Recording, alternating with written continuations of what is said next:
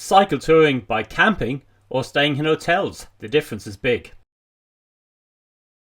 Just packed up the tent and I thought it might be interesting to actually look at all the bags on the bike in this situation, which is where it's a short camp. Okay, so here we have the setup. Now at the back we have my two panniers. They hold by far the most of my luggage. Both pretty waterproof. Then we have this small bag I have here, and I use that to put stuff I need to access relatively quickly. So reflective vest, my gloves are in there, there's a bicycle lock, things like that. You can see the selfie stick hanging off it. Next we have this frame bag. If I come around this side, it's got a zip in it. So that's got bicycle repair tools in it, some oil. I always have some snacks in there as well, bits and pieces like that. More or less stays on the bike. We have this little top crossbar bag that has stuff that I need to access as I'm cycling, and actually that's mostly camera gear and batteries, so I can swap things around quickly. We have the front handlebar bag. So that holds my waterproofs and the fleece, which are all very light, so they're not putting much strain on the front, but also, again, can be quickly accessed if it starts raining.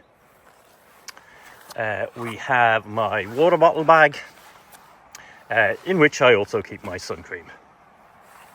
And then finally we have that GoPro on the camera pole. Now I have, if I'm doing a multi-day camp, there's a smaller 4-litre bag that attaches to the front of this that I would also have, and I would carry a small rucksack that actually sits on the back carrier. At the moment the only thing on the back carrier is my empty takeaway containers from last night until I find a bin, because of course we leave no trace.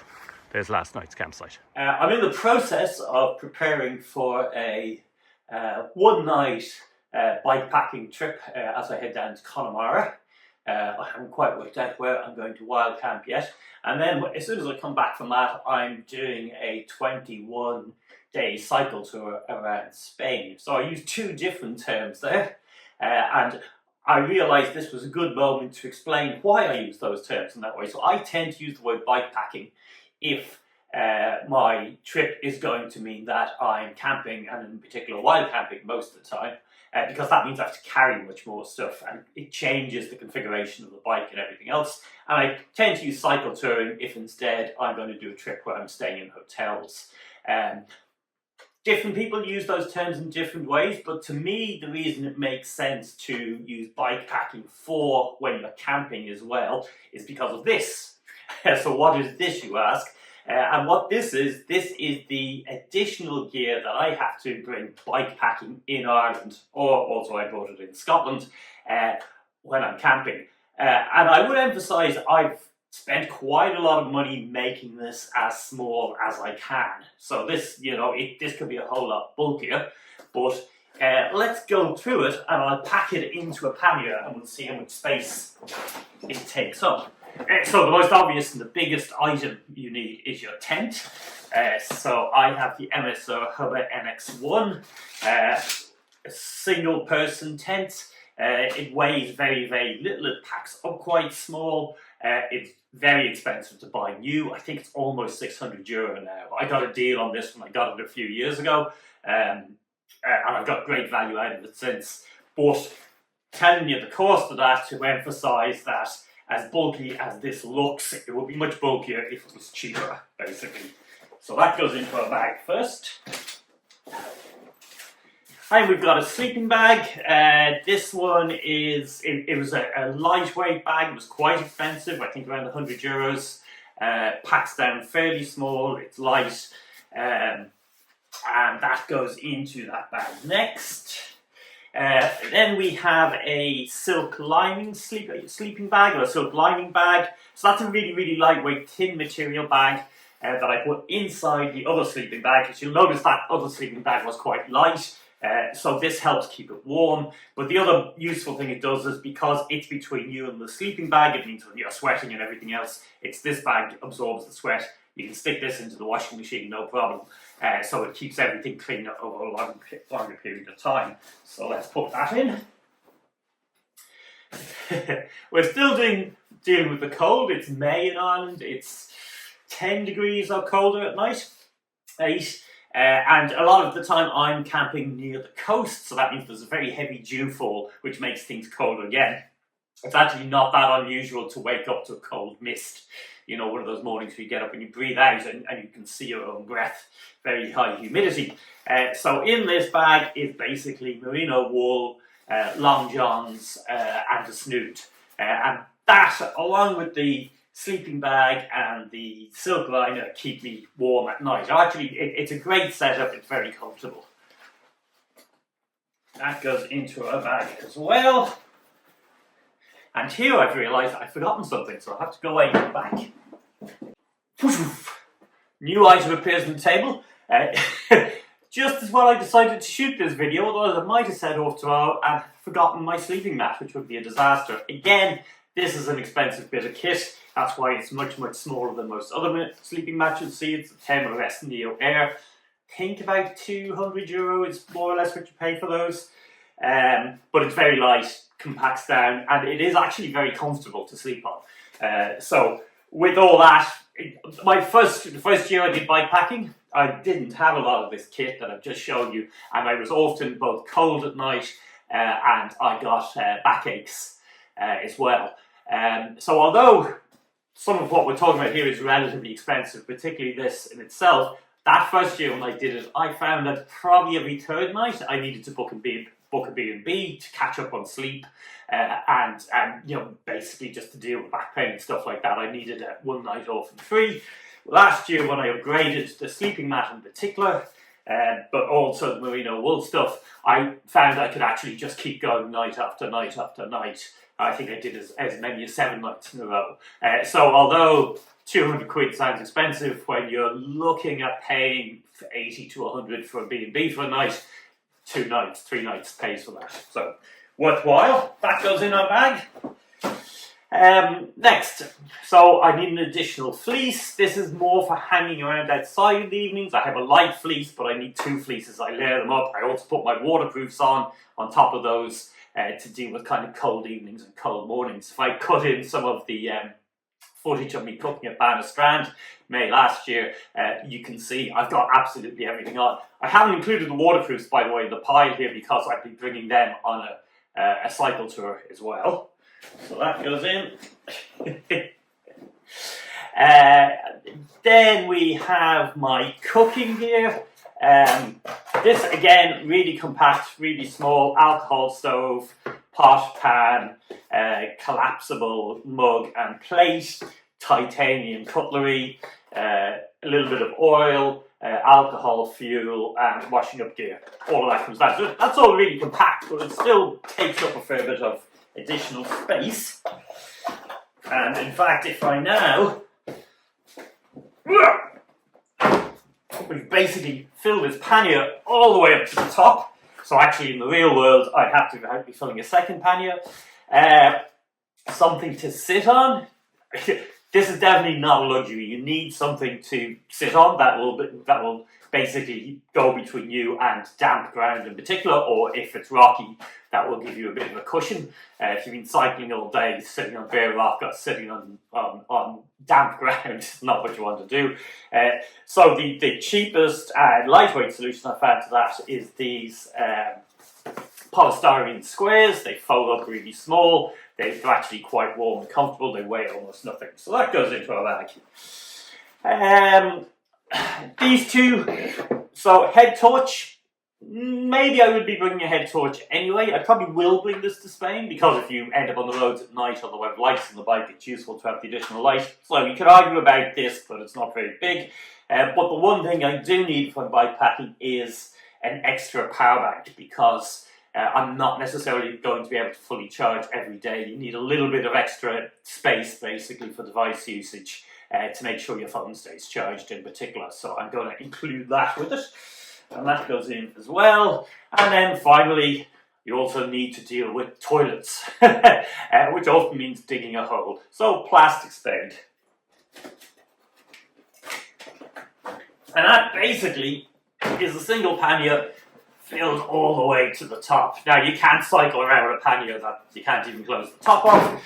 So in practice, that means it's a pannier full of stuff, and it's also a handlebar bag. I've a 12-litre handlebar bag tube like that. So I would, in practice, I'd be splitting all this here between the two. There's other stuff I've left out here. I mean, you generally, if you are wild camping in particular, you need to carry a bit more food because often you're going to be somewhere where there isn't a shop. You know, like you tend to wild camp in places that are very isolated, and so they're therefore further from services. So that often means you need to carry a bit of extra food. May also mean you need to carry a bit of extra water. So all that adds up to additional bulk. Anyway, that's what my additional bike packing setup is. A big bag of stuff. It's not that heavy a bag because I've spent money making it light, but it's certainly very bulky and it's still heavy enough, and that makes quite a difference between doing this and between doing cycle touring. It basically means if I'm bike packing, I will have 2 full panniers like this. I will have a handlebar bag. If I'm going for a longer time, my handlebar bag will have an additional 4-litre bag attached to the front.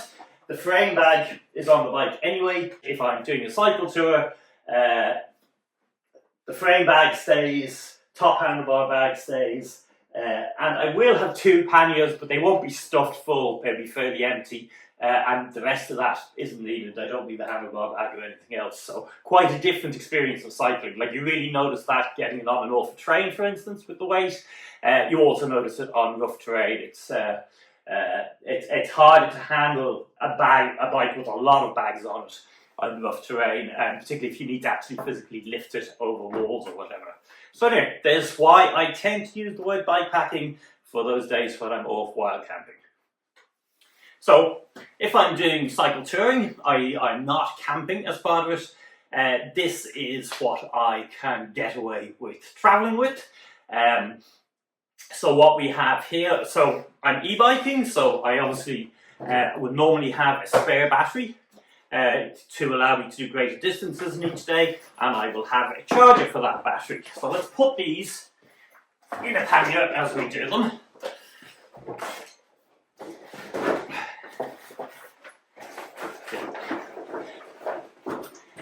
I will also need to keep my devices charged, so I'll have charging cables and a charging plug. I need batteries, which will go in as well. I'll normally have a power bank in there as well, so that will go in.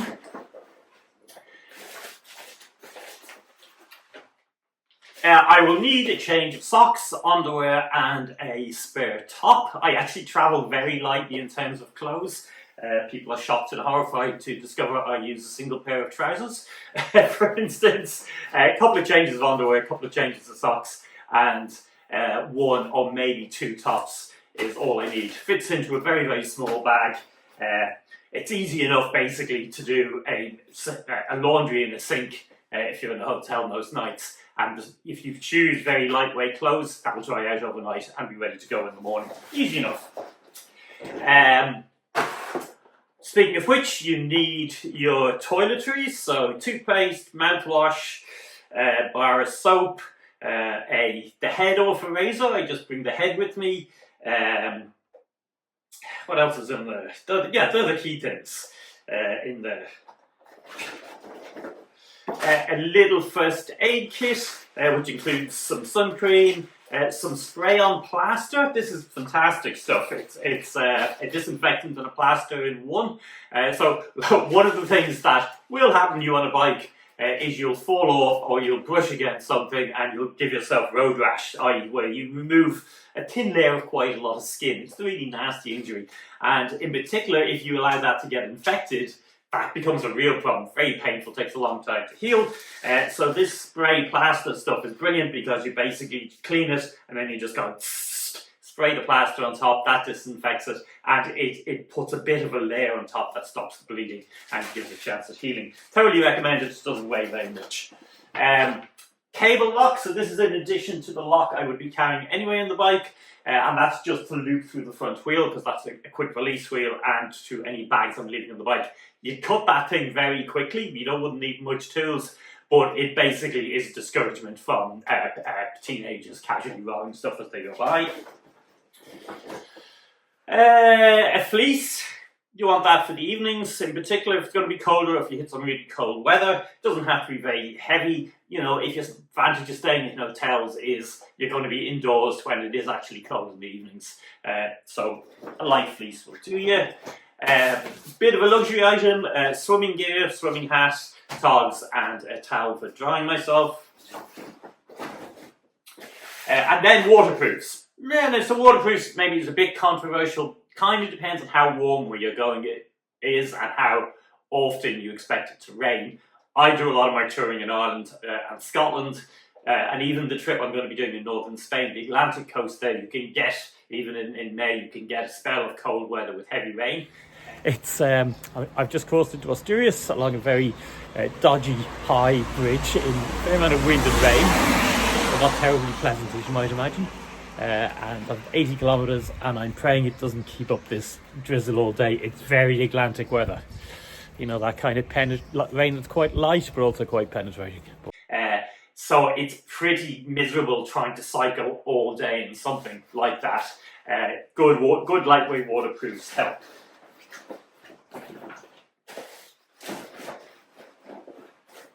And so basically that is enough to fill a pannier quite tightly. In practice, what I will do is I'll bring 2 panniers and have both of them slightly over half full. It helps in terms of load balance as well.